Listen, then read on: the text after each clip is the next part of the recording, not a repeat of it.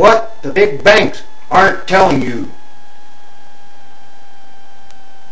With credit markets still largely frozen, unemployment rising, and major corporate expenditures slowing to a halt, every indication suggests that a surprising number of major financial firms,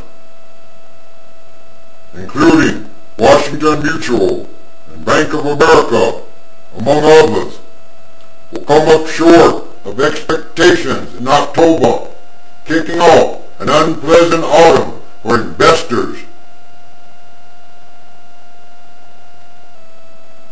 Investors need to care more about financial stocks than any others because they make up more than 20% of the broad market indexes. So let's get some clarity on exactly what they're facing. At the moment, the estimated growth rate for all S&P 500 index companies in the third quarter is clocking in at 5.1%. That's down sharply from the 6.2% growth rate estimated 2 months ago and half last year's growth rate. The funny thing is that most of those downward revisions of estimates have come in the industrial, consumer staples, and retail sectors of the economy. Yet, the financial industry, which has undoubtedly experienced the worst business shortfall, has barely received any material earnings estimate cuts yet. You could see that as great news if you're a glass is half full kind of person, but it can also be interpreted as absolutely nuts. At the moment, I am inclined toward the latter and think it's emblematic of an entire industry that is whistling past the graveyard. Before they take down the entire market this fall by shocking Wall Street with unexpected losses, I suggest that they brush aside their attorneys and media handlers and come clean. They need to tell the world about the reality of their home lending.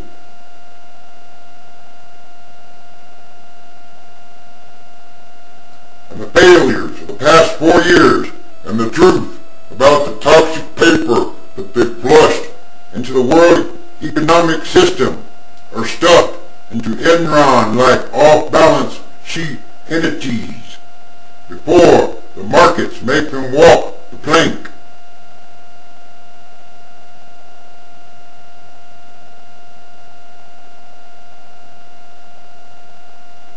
Bear Stearns will announce its earnings late next week, and yet it is not yet pre-announced an earnings shortfall.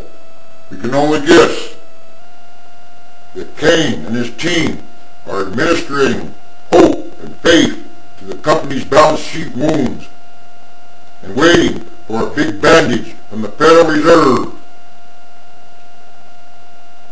This reticence in the face of danger is ringing out like an alarm bell to big investors who have already knocked financial stocks down by 25% or more, but could easily land another round of blows.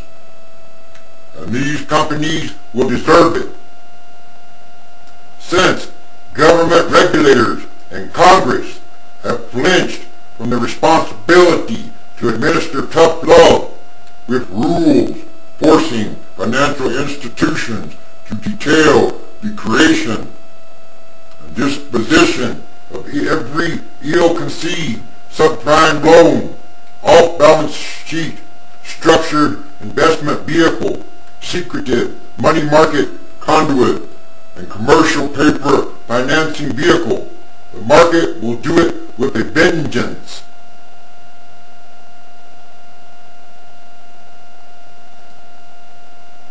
Add to this slippery stew the fact that the past few years' efforts to acquire rivals has led to higher fixed costs without added income. And you must consider the possibility that the third quarter could end up as the worst in the past decade for the financial services industry.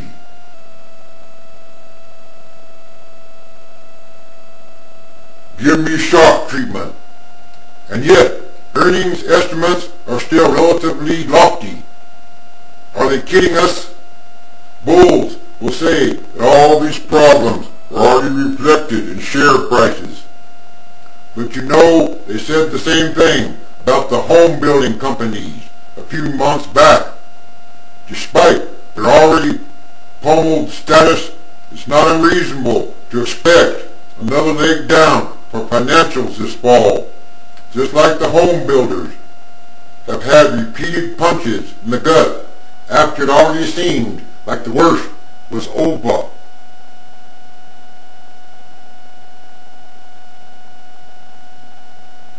Optimists think the real global industrial economy is just so robust, driven by insatiable Asian demand, that it cannot be driven off track by some dinky problem with subprime mortgages in California and Florida. They think every sell-off is a buying opportunity, and that all ailments can be fixed by prudent, measured liquidity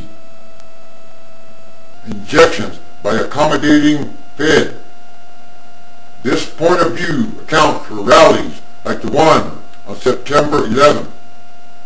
Pessimists think that the financial plumbing that underlies the global economy has become hopelessly clogged and unglued, and is much too complicated to fix merely by trying to flood it with more money. They believe that a dysfunctional financial system will lead inevitably to cracks in the optimist's idealized real economy, preventing businesses from being financed.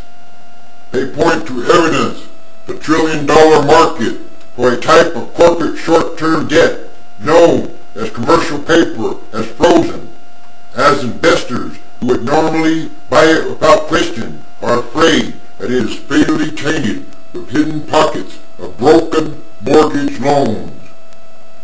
They further point out that the Fed cannot rescue the market, as the trouble with bad paper extends to Europe and Asia, where central banks are actually still raising rates.